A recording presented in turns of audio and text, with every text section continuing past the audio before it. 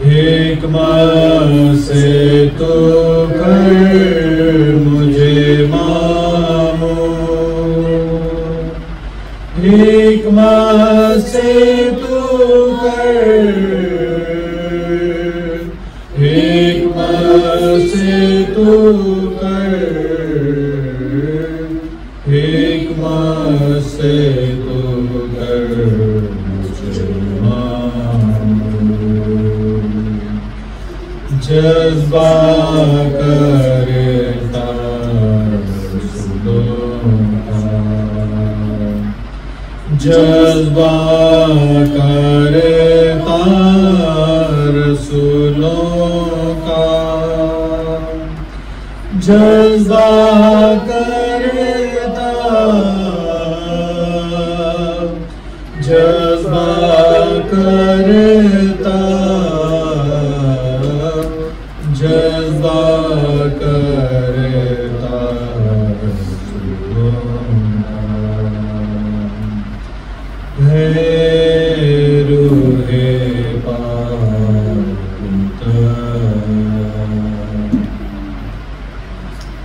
خدا تیرا کلام نور ہے، اور جب بھی یہ نور ہماری زندگی میں چمکتا ہے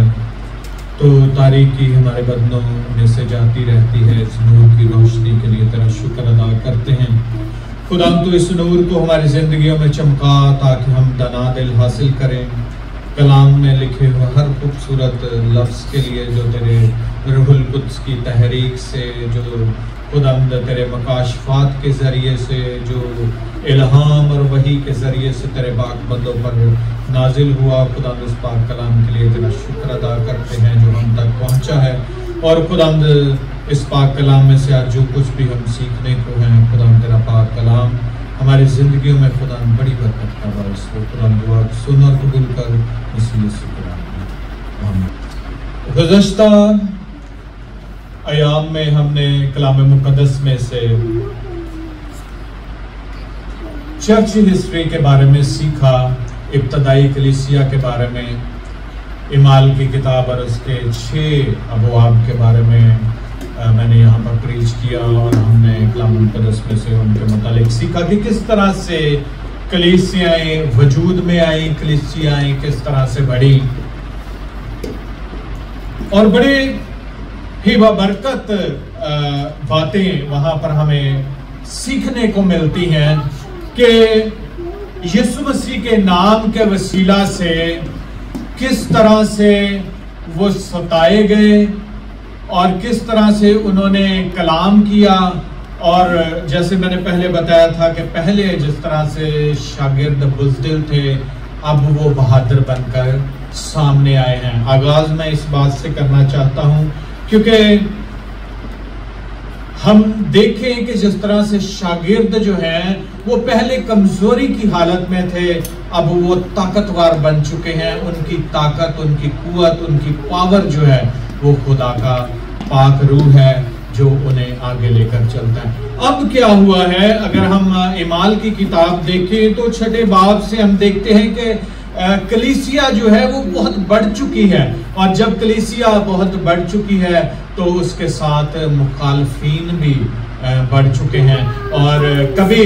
رسولوں کو پکڑ کر جو ہے وہ جیل میں ڈال دیا جاتا ہے، کبھی انہیں تھریٹ کیا جاتا ہے، انہیں دھمکایا جاتا ہے، اور کہیں پر انہیں پٹوایا جاتا ہے۔ اب یہ شاگرد جو یسوع مسیح کو چھوڑ کر بھاگ گئے تھے، اب یسوع مسیح کے لیے پرسیکیوشن برداشت کرتے ہیں، یسوع مسیح کے لیے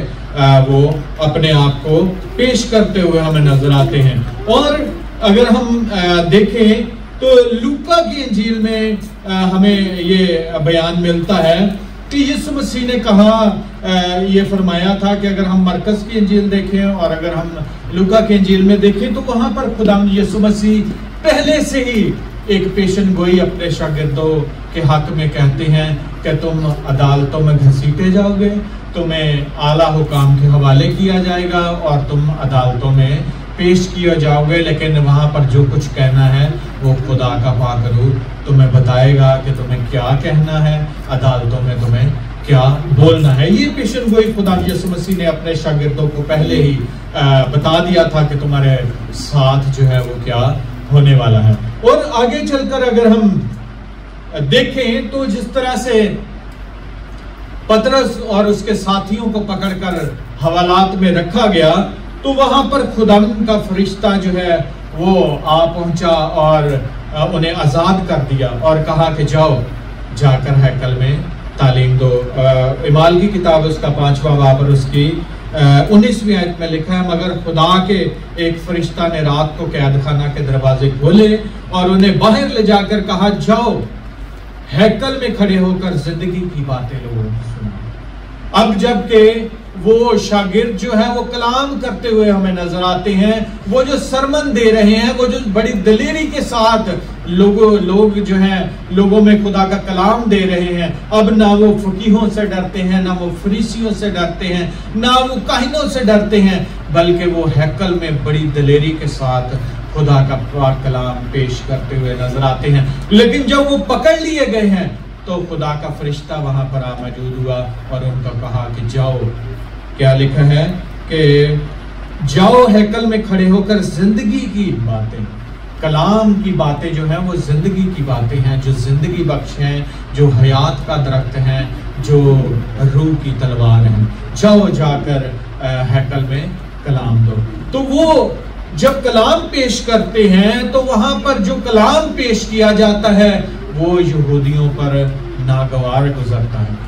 کیوں ناگوار گزرتا ہے؟ کیونکہ جو کلام مقدس پطرس رسول کرتے ہیں اور دوسرے شاگرد وہاں پر ہمیں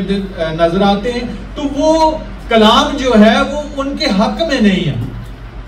وہ کلام ان کے اگینسٹ ہے، کیونکہ وہ کلام میں بتایا گیا کہ کس طرح سے پرانے عہد نامہ میں موسیٰ کے ذریعے، داؤد کے ذریعے سے، یوئیل نبی کے ذریعے سے خدا باتیں کرتا ہے کہ جو خدا یسوع مسیح ہیں اس دنیا میں آنے والے ہیں، اور تم لوگوں نے بے قصور کو پکڑ کر جو ہے اسے جو ہے وہ صلیب پر قربان کیا اور اس کی جگہ ایک چور اور ڈاکو کو چھوڑ دیا۔ تو ان کا کلام ان کو مجرم ٹھہراتا ہے۔ رسولوں کا جو کلام ہے وہ یہودیوں کو ناگوار گزرتا ہے، اس لیے کہ وہ اس کلام کے ذریعے سے مجرم ٹھہرائے جاتے ہیں۔ اور اس کے بعد ہم دیکھتے ہیں کہ کلیسیا بہت بڑھتی جا رہی ہے، جیسے جیسے شاگردوں کی مخالفت بڑھ رہی ہے، جیسے جیسے کلیسیا بڑھ رہی ہے، ساتھ میں بہت سارے لوگ رسولوں کے خلاف ہو گئے۔ کلیسیا کی منسٹریز شروع ہو گئی، وہاں پر ڈیفرنٹ ہمیں خدمات، جن کو میں کہہ سکتا ہوں منسٹریز تو نہیں لیکن خدمات کہہ سکتا ہوں کہ مختلف قسم کی خدمات، جب 3000 لوگ تبدیل ہو گئے، بعد میں مردوں کی تعداد 5000 ہو گئی، جب لوگ روز بروز جن کو خدا ہدایت کرتا تھا کلیسیا میں آ کر ملنا شروع ہو گئے تو کلیسیا کی تعداد بہت بڑھ گئی۔ اب تعداد بہت بڑھ جانے سے کیا ہوا ہے کہ شاگرد جو ہیں وہ ساری کلیسیا کا بندوبست نہیں کر پا رہے۔ چند آیات میں آپ کے سامنے پڑھنا چاہوں گا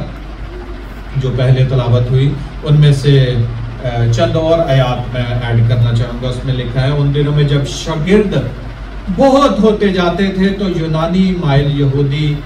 عبرانیوں کی شکایت کرنے آئے، اس لیے کہ روزانہ خبر گیری میں ان کی بیواؤں کے بارے میں غفلت ہوتی تھی، اور ان 12 نے شاگردوں کی جماعت کو اپنے پاس بلا کر کہا، مناسب نہیں کہ ہم خدا کے کلام کو چھوڑ کر کھانے پینے کا انتظام کریں؟ پس اے بھائیو اپنے میں سے 7 نیک نام شخصوں کو چن لو جو روح اور دنائی سے بھرے ہوں، ہم ان کو اس کام پر مقرر کریں گے، لیکن ہم تو دعا میں اور کلام کی خدمت میں مشغول رہیں گے۔ اب اس قدر لوگ اور کلیسیا بڑھ چکی ہے کہ وہاں پر مختلف قسم کی خدمات شروع ہو گئی ہیں۔ پہلے ہم دیکھتے ہیں کہ چرچ ڈونیشنز کا حوالہ ہمیں ملتا ہے اعمال کی کتاب اور اس کے 5ویں باب میں،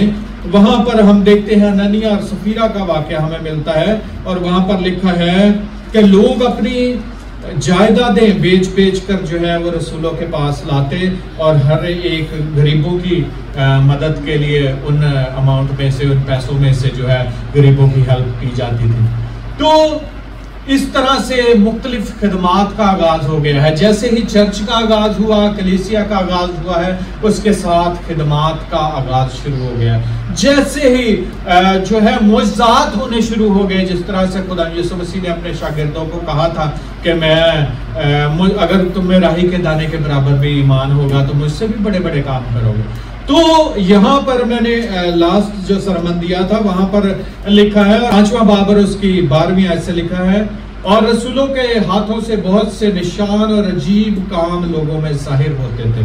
اور سب ایک دل ہو کر سلمان کے برآمدہ میں جمع ہوا کرتے تھے، لیکن اوروں میں سے کسی کو جرأت نہ ہوئی کہ ان میں جا ملے، مگر لوگ ان کی بڑائی کرتے تھے، اور ایمان لانے والے مرد اور عورتیں خدا ان کی کلیسیا میں کثرت سے آ ملے، یہاں تک کہ لوگ بیماروں کو سڑکوں پر لا لا کر چارپائیوں پر اور کٹولوں پر لٹا دیتے تھے، تاکہ جب پترس آئے تو اس کا سایہ ہی ان میں سے کسی پر پڑے۔ یہاں پر اور یروشلم کی چاروں طرف کے شہروں سے لوگ بیماروں اور ناپاک روحوں کے ستائے ہوئوں کو لا کر کثرت سے جمع ہوا کرتے تھے، اور وہ سب اچھے کر دیے جاتے تھے۔ اب وہاں پر معجزات شروع ہو گئے ہیں، لوگ مریضوں کو لا کر چارپائیوں پر باہر چرچ کے جو ہے وہ چارپائیاں مریضوں کی بچھا دیتے تھے، لوگ بیماروں کو کٹولوں پر لٹکا دیتے تھے، اور خدا نے ایسی برکت ان شاگردوں کو دے دی تھی کہ لکھا ہے کہ پترس کا سایہ ہی ان بیماروں پر پڑ جائے تو وہ شفا پائے۔ اس قدر روح القدس نے ان کو قوت اور طاقت دے دی تھی کہ اب شاگردوں کا سایہ ہی ان پر پڑ جائے تو وہ شفا پا جائیں۔ یہ خدا یسوع مسیح کی برکات تھی۔ معجزات ہونے شروع ہو گئے کلیسیا میں، کلیسیا جو ہے وہ ڈونیٹ کرنا شروع ہو گئی، اور انہوں نے غریبوں کی مدد کرنا شروع کر دی۔ اور اس کے بعد آج جو حوالہ پڑھا گیا یہاں پر لکھا ہے کہ جب بہت ساری کلیسیا بڑھ گئی ہے تو وہاں پر ہم دیکھتے ہیں کہ ویڈو کے اندر جو کام ہے وہ بھی اس کا بھی آغاز ہو گیا ہے، کہ جو بیوائیں ہیں ان میں بھی خدمت کا کام شروع ہو گیا ہے۔ لیکن جو گریک پیپلز تھے، جو یونانی مائل یہودی تھے یعنی کہ گریکس تھے، وہ آ کر ہبروز کو یعنی کہ یونانیوں کو یہ گلہ کرتے تھے کہ ہمارے جو بیوائیں ہیں ان کی خدمت میں جو ہے وہ کمی ہو رہی ہے۔ تو اس لحاظ سے انہیں یہ شکایت ہوئی کہ ان میں مسائل پیدا ہو رہے ہیں۔ اس پر شاگرد یہ کہتے ہیں کہ 7 لوگوں کا چناؤ کرو جو کہ روح القدس سے بھرے ہوں۔ یہاں پر لکھا ہے اے بھائیو اپنے میں سے 7 نیک نام شخصوں کو چن لو جو روح اور دنائی سے بھرے ہوئے ہوں، ہم ان کو اس کام پر مقرر کریں گے، لیکن ہم تو دعا میں اور کلام کی خدمت میں مشغول رہیں گے۔ 12 شاگرد اتنی بڑی خدمت کو نہیں سنبھال پا رہے تھے کہ وہ کلام بھی سنائیں، وہ معجزات بھی کریں، وہ مریضوں میں بھی کام کریں، وہ جو ہے وہ ہر طرف جائیں۔ تو ان سے کچھ چیزوں میں غفلت ہو رہی تھی، تو وہاں پر ایک 7 لوگوں کی ٹیم کا اعلان کیا جاتا ہے، اور اکثر جب پیرش کمیٹی کا چناؤ کیا جاتا ہے تب بھی لوگ اس حوالے کو پڑھتے ہیں کہ کلیسیا میں سے 7 لوگوں کا چناؤ کیا جائے جو چرچ کی خدمت میں، چرچ کے کام میں جو ہے وہ خدا کے کاموں کی مدد کر سکے۔ لیکن یہاں پر جو خدمت دی گئی ہے وہ ہاتھ رکھ کر ان 7 لوگوں کو مقرر کیا گیا ہے، وہ میں آپ کے سامنے پڑھوں گا۔ یہ بات ساری جماعت کو پسند آئی، پس انہوں نے اسٹیفنس نام ایک شخص جو ایمان اور روح القدس سے بھرا ہوا تھا، اور فلپس اور پرخس اور نیکانور اور تامون اور پرمناس کو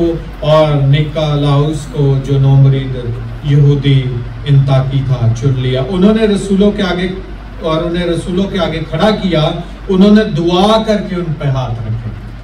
یعنی ان 7 لوگوں کو جن کے نام یہاں پر میں نے بیان کیے، ان کو رسولوں کے سامنے کھڑا کیا گیا، رسولوں نے ان کے سر پر ہاتھ رکھے اور انہیں اس خدمت کے لیے مقرر کیا۔ چرچ میں یہ پہلے 7 ڈیکنز تھے جن کو مقرر کیا، اور ڈیکنز جس طرح ہم چرچ میں دیکھتے ہیں ایک فل پریسٹ ہوتا ہے اور ایک ڈیکن ہوتا ہے۔ ڈیکن جو ہوتا ہے وہ چرچ کے باقی انتظامات کو بھی سنبھالتا ہے، اور پریسٹ جو ہے وہ چرچ کے مین جو کام ہوتے ہیں ان کو سنبھالتا ہے۔ تو یہ پہلے 7 ڈیکنز چنے گئے تھے، جن میں سے ہم دیکھتے ہیں کہ اسٹیفنس اور فلپس جو ہیں وہ ان 7 میں سے ان کی بڑی خدمت نظر آتی۔ بے شک ان 7 نے خدمت کی ہوگی جو کلام مقدس میں موجود نہیں، لیکن فلپس کی خدمت اور اسٹیفنس کی خدمت بڑی ہی خوبصورت ہمیں نظر آتی ہے۔ اور اگر ہم دیکھیں تو اسٹیفنس کے بارے میں بہت ساری چیزیں ہمیں ملتی ہیں۔ بے شک اگر ہم 6 باب سے لے کر 7واں باب پڑھیں اور پھر ہم 7ویں باب کے آخر تک دیکھیں تو اسٹیفنس کی